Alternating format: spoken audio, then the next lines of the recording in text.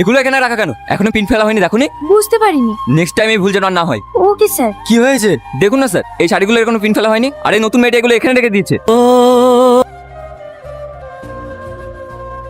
তুই এখানে কাজে লিখেছিস? হ্যাঁ, তাহলে এই শপিং মলটা তোর?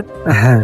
ও, কি এমন হয়েছে যে তোকে এই শপিং মলে কাজে আসতে হচ্ছে? আর তোর না বিয়ে হয়ে গেছে? সবই ভাগ্যের পরিণাম। কিন্তু আমি এমন একটা অপায়, আমি বিয়ের 2 বছর হতে না হতে স্বামীকে হারো, সংসারে ভীষণ অভাব, তাই আমি এখানে কাজে লেগেছি। তবে আমি জানতাম না এটা তোর শপিং মল। কাল থেকে আমি এর কাজে আসবো না। কেন?